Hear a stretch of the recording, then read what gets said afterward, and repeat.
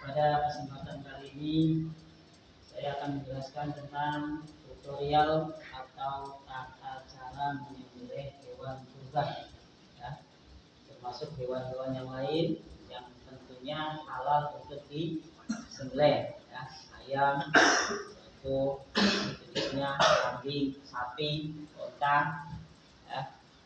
Pertama, kalau itu adalah merupakan hewan korban atau termasuk juga hewan yang buat akikah, kambing, ya. Ini anggap saja ini kambing asli, anggap saja. Pastikan kambingnya sehat, anggota tubuhnya termasuk kakinya, matanya, dan lain sebagainya. Kalau kambing-kambing yang domba, pastikan umurnya minimal 1 tahun. Biasanya di dunia Koil itu copot, ya, satu. Kalau kambing Jawa, yang makanya daun-daunan itu 2 tahun. Termasuk kalau sapi minimal umur harus 2 tahun. Itu baru boleh dipakai untuk kurban secara umum, termasuk akikah. Yang kedua yang harus kita siapkan adalah alatnya.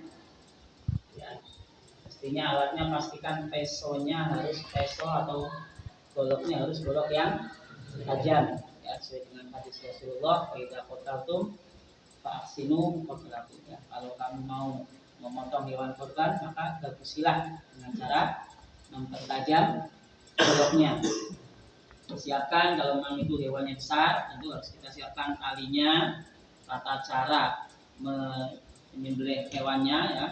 Banyak tutorial itu ditidurkan posisinya kayak gini, ya, menghadap ke arah kiblat, ya, kayak gini. Terus pastikan nanti kita pegang uratnya yang bawah kepala, ya. Kalau kita raba dulu, kalau sudah pegang uratnya baru kita mulai potong. Biasanya ada yang pakai kayak gini potongnya, ya.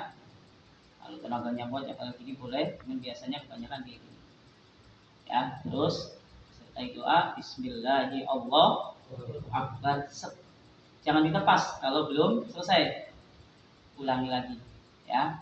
Nanti balik lagi, kalau kira-kira udah terputus baru boleh ditepas. Yang penting tempat napas dan makanannya itu putus, ya, di dalam aturan fikih.